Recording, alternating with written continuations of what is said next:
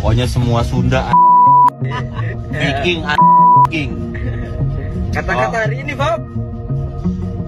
Bonek Viking sama aja, tapi yang Viking. Pokoknya semua Sunda semua orang Sunda. Kalau sematkan ya apa ya, Bob ya? Biar Sematkan apanya? Sematkan Saverianya di sini. Saweria. Bisa Tadi- nggak ya? harus ini dulu, jangan basic. Nanti deh. Nanti besok kita ini upgrade lagi. Woi, jangan bilang gitu, Bob. Jangan bilang gitu, kenapa emang? Emang kenapa? Mulai ngefeknya. Mulai ngepek. Mana minumnya? Lagi. Ya, sekali minum ya, minum ya. Uksavi Kopler Community. Keren. Kita di sini cuma bercanda ya, dan baper. Kalau baper pulang aja. Halo Sobat Info Dong, selamat datang di channel yang gak cuma kasih info, tapi juga ngajak kamu mikir kritis bareng. Gara-gara sebuah video siaran langsung yang dianggap sepele, seorang konten kreator yang lagi naik daun kini resmi jadi tersangka. Namanya Resbob, dan ancaman hukumannya sama sekali bukan kaleng-kaleng. Penjara sampai 6 tahun dan denda miliaran rupiah.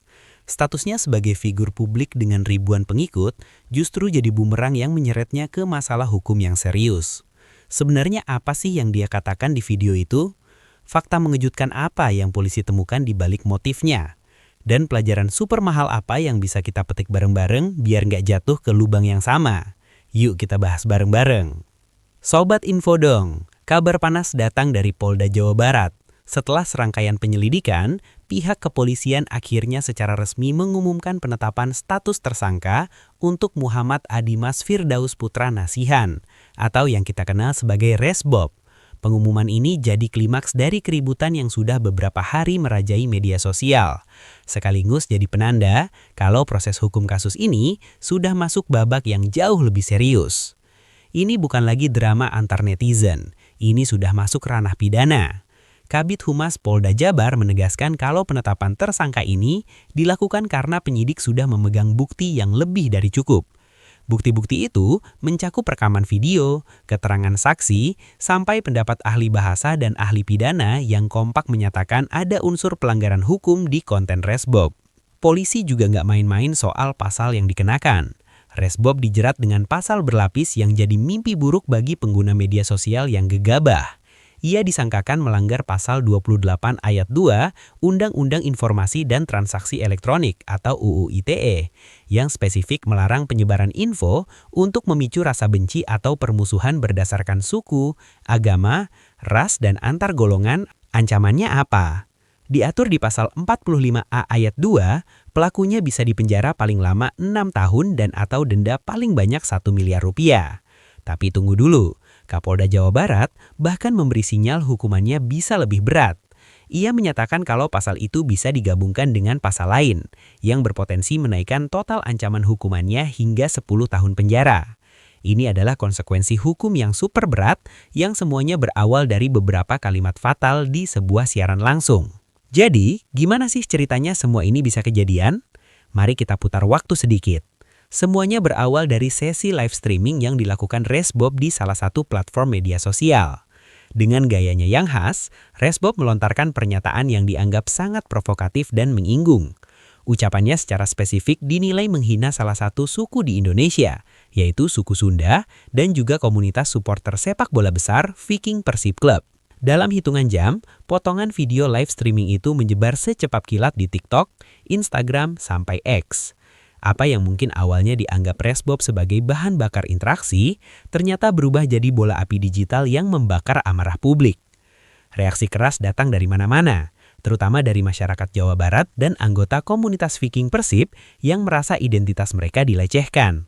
Kolom komentar akun media sosial Resbob langsung diserbu kecaman dan desakan agar kasus ini dibawa ke jalur hukum makin kencang. Kemarahan publik ternyata nggak berhenti di dunia maya. Merasa permintaan maaf saja tidak cukup, perwakilan dari Viking Persib Club bersama elemen masyarakat lain yang tergabung dalam Rumah Aliansi Sunda Ngahiji mengambil langkah nyata. Mereka resmi mendatangi Direktorat Resersi Kriminal Khusus atau Ditreskrimsus Polda Jawa Barat untuk membuat laporan polisi. Laporan inilah yang menjadi tiket bagi kepolisian untuk memulai penyelidikan resmi, mengubah keributan di medsos jadi kasus hukum yang formal. Sadar situasinya makin genting dan dirinya jadi target aparat, Resbob mencoba menghilang. Begitu laporan diterima, polisi langsung bergerak cepat melacak keberadaannya. Proses pelacakan ini menunjukkan kalau Resbob sempat berpindah-pindah kota dalam upayanya kabur dari kejaran aparat. Menurut keterangan pihak berwenang, jejak digital dan informasi di lapangan menunjukkan Resbob sempat kabur ke beberapa kota. Ia terdeteksi berada di Jawa Timur, tepatnya di Surabaya dan Pasuruan, sebelum akhirnya bergerak ke arah barat menuju Jawa Tengah. Usahanya untuk menghindari tanggung jawab hukum ini seolah menunjukkan bahwa ia sadar telah melakukan kesalahan besar. Tapi sepandai-pandainya tupai melompat, tim cyber kepolisian terbukti lebih sigap. Pelarian singkat Resbob pun berakhir. Setelah diburu beberapa hari, ia berhasil diamankan petugas di sebuah lokasi di Ungaran, Kabupaten Semarang, Jawa Tengah. Tanpa perlawanan, Resbob langsung dibawa ke markas Polda Jawa Barat untuk menjalani pemeriksaan lebih lanjut. Penangkapan ini mengirim pesan yang jelas, tidak ada tempat bersembunyi bagi pelaku kejahatan cyber, apalagi yang menyangkut isu sensitif seperti SARA. Setelah Resbob diamankan, pertanyaan terbesarnya adalah kenapa? Kenapa seorang YouTuber yang sudah punya pengikut nekat melakukan tindakan seceroboh itu? Apa motif sebenarnya? Dalam konferensi pers, Kapolda Jawa Barat mengungkap fakta yang mungkin terdengar sepele, tapi justru inilah inti dari motif kejahatannya. Kapolda meyakini tindakan Resbob didorong oleh motif ekonomi, sebuah tujuan yang sangat pragmatis dan ironis. Secara spesifik, ia sengaja melontarkan konten provokatif untuk dapat saweran atau donasi digital dari penontonnya selama siaran langsung. Logikanya simpel. Konten kontroversial dan provokatif cenderung lebih cepat viral. Viral berarti lebih banyak penonton. Dan semakin banyak penonton, semakin besar potensi dapat saweran. Polisi yakin, Resbob sangat sadar ucapannya yang menyerang suku Sunda dan Viking akan memicu kehebohan. Dan ia sengaja memanfaatkan potensi itu untuk keuntungan finansial sesaat. Fakta ini jadi tamparan keras. Di saat banyak kreator berjuang membangun konten positif, ada oknum yang justru menjadikan kebencian dan perpecahan sebagai komoditas.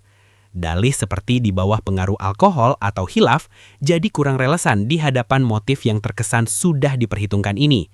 Bagi penyidik, ini bukan sekedar keseleo lidah, tapi sebuah tindakan sadar untuk mencapai tujuan finansial. Sobat Infodong, kasus yang menjerat Resbob ini adalah cermin raksasa bagi kita semua, para penghuni dunia digital. Ini adalah pelajaran yang sangat mahal yang dibayar dengan ancaman kebebasan dan reputasi yang hancur lebur. Ada beberapa pelajaran penting yang wajib kita ingat baik-baik. Pelajaran pertama, jejak digital itu abadi dan bisa jadi sangat kejam. Apapun yang kita ucapkan atau unggah di internet, bahkan di siaran langsung yang terasa spontan, akan meninggalkan jejak. Jejak itu bisa direkam, di-screenshot, dan disebar dalam hitungan detik. Saat konten sudah tersebar, kita benar-benar kehilangan kendali. Jejak digital inilah yang jadi barang bukti paling kuat di pengadilan. Pelajaran kedua, status public figure atau influencer bukanlah tameng kebal hukum, tapi justru tanggung jawab ekstra. Makin banyak pengikutmu, makin besar dampak setiap katamu. Hukum tidak akan melihat jumlah followers sebagai faktor peringan, malah bisa sebaliknya. Pelajaran ketiga, dalih klasik seperti cuma bercanda, nggak sengaja, atau lagi mabuk, seringkali nggak bisa menghapus unsur pidana, terutama di kasus UU ITE. Hukum fokus pada dampak perbuatan. Kalau ucapan terbukti menyebar kebencian dan bikin resah masyarakat, niat dibaliknya bisa jadi nomor 2. Apalagi kalau penyidik menemukan motif ekonomi seperti yang dituduhkan pada Resbob, dalih nggak sengaja bakal makin sulit diterima. Nasib Resbob sekarang ada di tangan sistem peradilan. Kasus ini jadi pengingat keras tentang betapa tipisnya garis antara kebebasan berekspresi dan perbuatan melawan hukum. Ruang digital yang kita nikmati setiap hari punya aturan main dan tanggung jawab yang nggak bisa kita abaikan. Kasus ini masih akan terus bergulir, dan kita akan pantau terus perkembangannya. Tapi terlepas dari apapun putusan akhirnya nanti, pelajarannya sudah sangat jelas terpampang di depan mata. Nah, sekarang giliran kalian nih Sobat Infodong. Gimana menurut kalian? Apakah ancaman hukuman di UU ITE sudah setimpal untuk kasus-kasus seperti ini? Atau ada pelajaran lain yang bisa kita ambil dari peristiwa yang menimpa Resbob? Tulis pendapat kamu di kolom komentar ya. Dan jangan lupa like, subscribe channel ini, dan nyalakan lonceng notifikasinya biar kamu nggak ketinggalan info-info penting lainnya. Karena di sini bukan cuma kasih info, tapi info dong.